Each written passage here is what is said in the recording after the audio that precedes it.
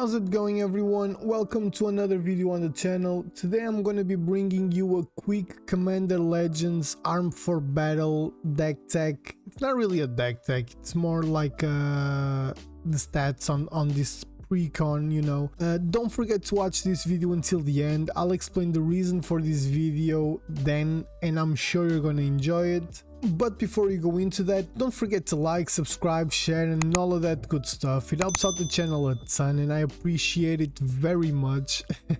Another way to help out the channel is using my card trader affiliate link that I'll leave down in the description. It comes at no extra cost to you, and with their card trader zero policy, you'll end up saving some money on shipping while you're still helping out the channel.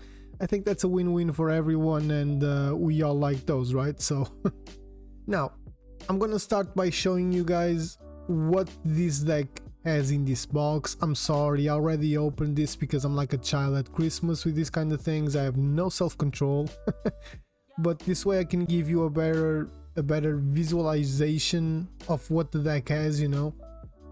You get a little deck box, you know. It's very flimsy, it's cardboard, it's nothing great, but you know, for starting you can't really complain. So it looks good as well. It should be a little bit more strong, you know. Like, I only took it out once and look at this, it's already kind of ruined.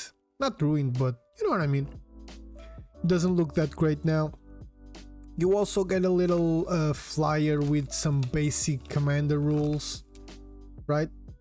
Nothing too extensive, but enough to learn, I guess. On this side you have a little description. Wyleth, Soul of Steel. Wyleth believes every weapon holds a lesson that can't be gleaned through study or analysis. Only in the heat of battle, can true knowledge be attained. With a world full of learning opportunities before him, Wyleth relishes every chance to arm himself and head into the fray.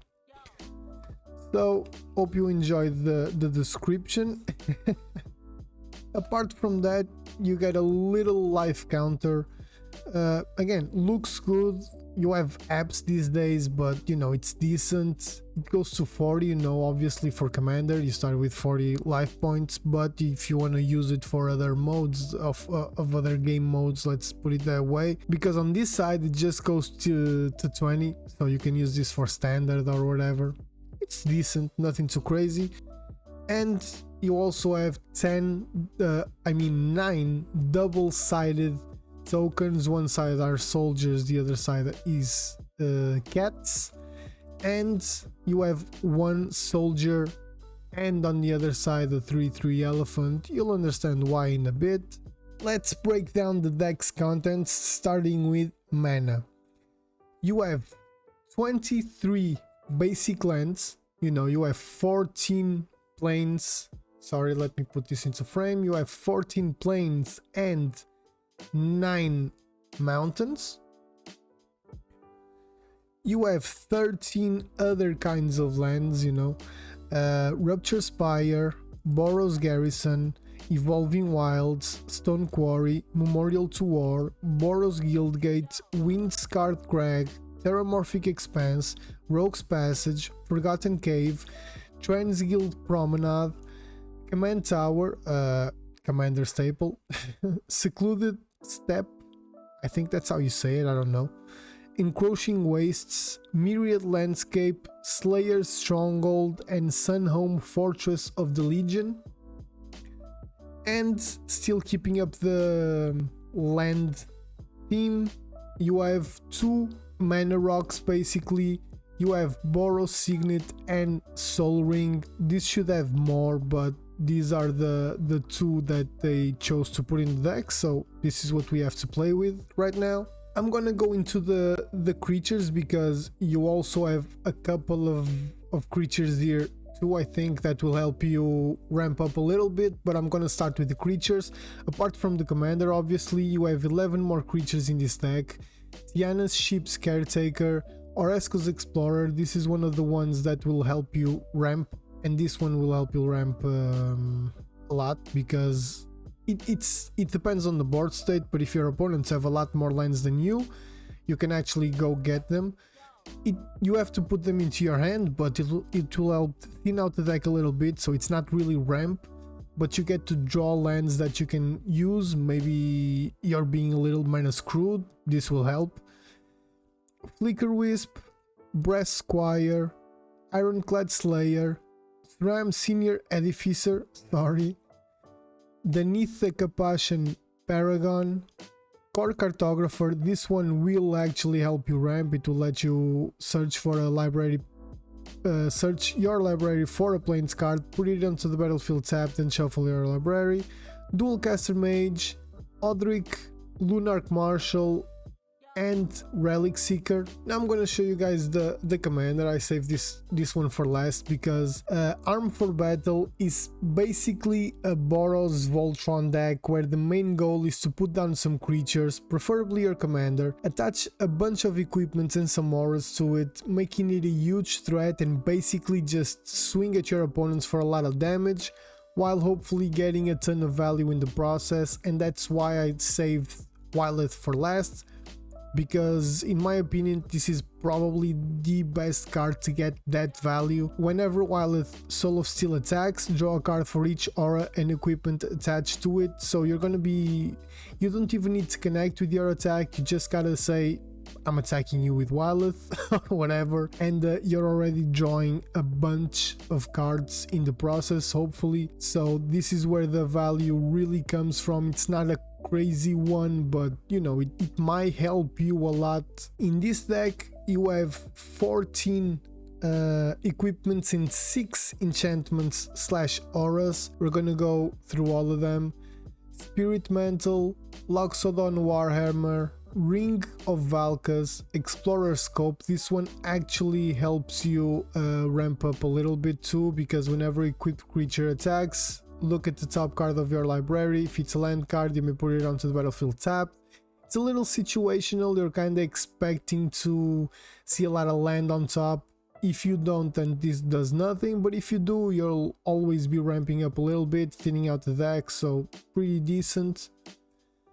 Unquestioned Authority, Haunted Cloak, Ring of Thune, I think that's how you pronounce it, I don't know, Mask of Avacyn, Fire Shrieker, Hero's Blade, Bone Splitter, and now it comes my favorite ones, Blazing Sunsteel. This is actually one of the new cards that were printed when this precon came out. It's equipped creature gets +1/+0 for each opponent you have, so it's basically an equipped creature gets +4/+0 at the beginning of the game. It only costs 2, so it's pretty good, and whenever equipped creature is dealt damage, it deals that much damage to any target, so it means that if you have something to put your creature's defenses a little higher, which you do obviously with in an equipment deck, in a Voltron deck, you can actually have a pretty good blocker that can just keep chipping away at your opponent's lives, or just by blocking keep destroying your opponent's creatures. So that's pretty good. It has a little steep equip cost, you know, it's a little expensive, but I think it's pretty doable in Commander. It's a big yes for me. You have Sunforger, a hugely used equipment, you know. Cute creature gets +4/+0, then you pay a red and a white, unattached Sunforger, search your library for a red or white instant card with converted mana cost 4 or less, and cast that card without paying its mana cost and shuffle your library. If you have a lot of mana, you can do this repeatedly and go get all the burn spells or whatever, create a lot of tokens, you know, you have a lot of options using Sunforger, so this is why I like it very much. Black Blade Reforged, equipped creature gets +1/+1 for each land you control. Equip legendary creature and you pay 3, equip 7. Now this is extremely expensive, but it gets a lot of value. If you have 7 lands, for example, this will give you a 7/7, +7/7 obviously. And if you use this with a card that I'm going to show you in a little bit, you can equip this for free, you know, so not really a bad thing to have in a Voltron deck.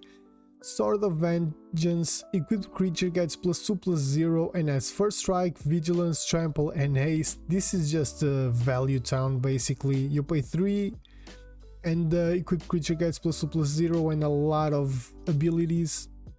Can't be mad at that. Swift Foot Boots, another staple in Commander and Voltron decks in general. Equipped creature gets X-Proof and haste. This is fantastic for you to put it onto your commander. Just start swinging, you know, first turn that he comes in, protect the commander or any other creature, you know, and it's very cheap, very good. Now, enchantments wise, you have On Sarah's Wings. It gives enchanted creature is legendary, gets +1/+1 and has flying, vigilance and lifelink. Again, I like this one because it's value city again. Faith Unbroken, enchant creature you control. When Faith Unbroken enters the battlefield, exile target creature an opponent controls until Faith Unbroken leaves the battlefield, and it gives +2/+2. It's a way of removing your opponent's creatures even if temporarily, plus it's what it's supposed to be, you know, an enchantment that will buff up your creatures, so again, value. Timely Ward, you may cast this spell as though it had flash. If it targets a commander, enchant creature as indestructible. Fantastic to protect your commander, obviously. And this was the card that I said you have to put the Black Blade Reforged to or with, you know. You may cast aura and equipment spells as though they have flash. Whenever an equipment enters the battlefield under your control, you may attach it to a target creature you control. First of all, it gives flash to all of these beautiful things right here. It will be fantastic as a part of your strategy, you know. You can block with this measly 2/2 if you have Sigarda's Aid, and then if you have mana open, obviously just put, for example, Black Blade Reforged. You have, let's say, 3-4 lands at that time. This one is now a 6/6, right? You don't need to have to pay the 7 to equip it, or in this case, since this is a legendary creature, it would be 3 to equip it, but you know what I mean? So it gives you a lot of options. It makes your equipments cost much less, meaning that you can play more, meaning that you can do more on your turn, so pretty decent card. Now, for our instants and sorceries, this deck has 21 instants, 5 sorceries, and 1 that doubles as both instants or sorceries, depending on what you choose in Response Resurgence. You're gonna see that card in a bit. So you have a lot of instants and sorceries that you can use to destroy creatures, artifacts, or enchantments as well. You have token creation, you have board wipes, and you have instants or sorceries that will help protect your creatures. So again, options. Return to Dust, Braid, Master Warcraft. This is one of my favorites from the deck itself. Cast this spell only before attackers are declared. You choose which creature attack this turn, you choose which creatures block this turn, and now those creatures block. You can basically ruin 2 or 3 of your opponents in the same turn if you play this right and in the right time, so it's definitely a thing for your opponents to be careful of. Condemn, Relentless Assault. This will give you an extra battle phase basically, and an additional main phase as well. I think it's one of the 2, I think, that will give you extra attack phase, I think.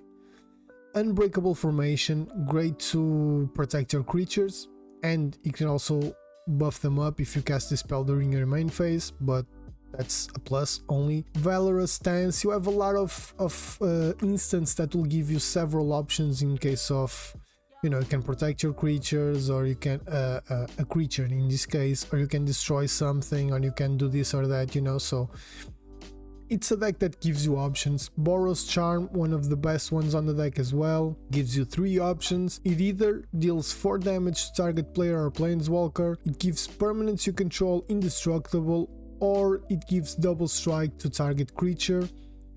Again, it's all about strategy.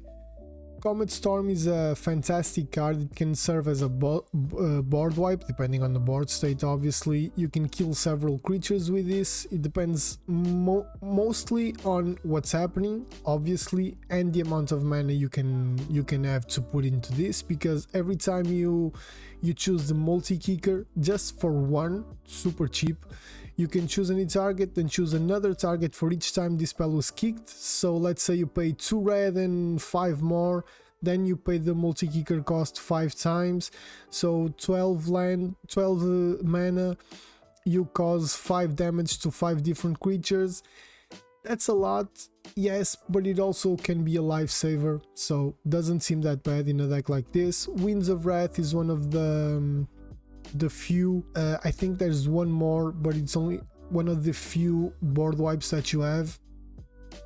Disenchant, this is the one I talked about, the one that it's an instant and it's also a sorcery depending on what you choose. Response Resurgence. You also have Jaya's Immolating Inferno. White Sun Zenith, this is one of those token creation cards that you have. You pay 3 white X and create X 2/2 white cat creature tokens, shuffle it into your library, so you can keep replaying this. If you manage to draw it several times, it doesn't go to the graveyard basically, unless someone exiles it or whatever, or counters it, I think. Swords to Plowshares, another commander staple in white. Word of Seizing, you can untap target permanent and gain control of it until end of turn. It gains haste until end of turn and it has split second, so pretty decent. Timur Battle Rage, another double card. Wear and Tear. Options: Expedite, Volcanic Fallout, Dawn Charm, another one like Boros Charm that gives you several options. Generous Gift, the reason why you need the elephant token that they give you. Martial Coup, another, this one actually is pretty decent. You pay, let's say 7, you create 5 1/1 white soldier creature tokens and then destroy all other creatures. It immediately puts you in front of the game because everyone else loses their creatures and you have 5 1/1 white soldier creature tokens. Now 5 1/1s, is it a lot? No, but you're in an equipment deck, so that means that you pay a little bit more mana, you create more tokens, and then you just start putting a lot of your equipments there because the equipments are not going to be destroyed. So you know, it's pretty decent. Deflecting Palm, the next time a source of your choice would deal damage to you this turn, prevent that damage. If damage is prevented this way, Deflecting Palm deals that much damage to that source's controller, so it's pretty decent instant. Wild Ricochet and Fists of Flame, one of the few that lets you draw cards. I think it has, you have what, apart from Wyleth, 2 more maybe, so not a lot of card draw. This was the deck. All in all, seems like an interesting deck. I bought this because I'm going to be playing a couple of spell table games with a couple of very cool people. I'm going to leave their information because they all have either streams or YouTube channels or whatever, or both. So I'm going to leave their information on the description. I'm going to be playing with CountryFried, SlowUnpacking, and Maechael from the cool guys of Children of Alara. Pretty decent thing. I hope you guys enjoyed. This is we're all going to be playing with precons. We want you guys to have the experience of watching real precons play against each other. After that, maybe we're going to do something like okay, we get a little budget and try and improve the decks and see how much they actually improve. So you know, it's gonna be a pretty good, cool thing to do. I hope you guys enjoyed. I hope you guys enjoyed the video. I hope this was a little bit helpful to you if you were thinking about buying a precon. I think this is it, guys. I hope you guys enjoyed it. If you did, don't forget to like, sub, share, comment, you know, all of that good stuff. Don't forget to go follow the cool guys that I'm going to be playing with. CountryFried Maechael and SlowUnpacking. Don't forget to follow their channels and you know, their socials, etc. They're pretty cool people. I'm sure you're gonna have a blast following them. So yeah, that's it. Hope you guys enjoyed it, and I see you on the next one.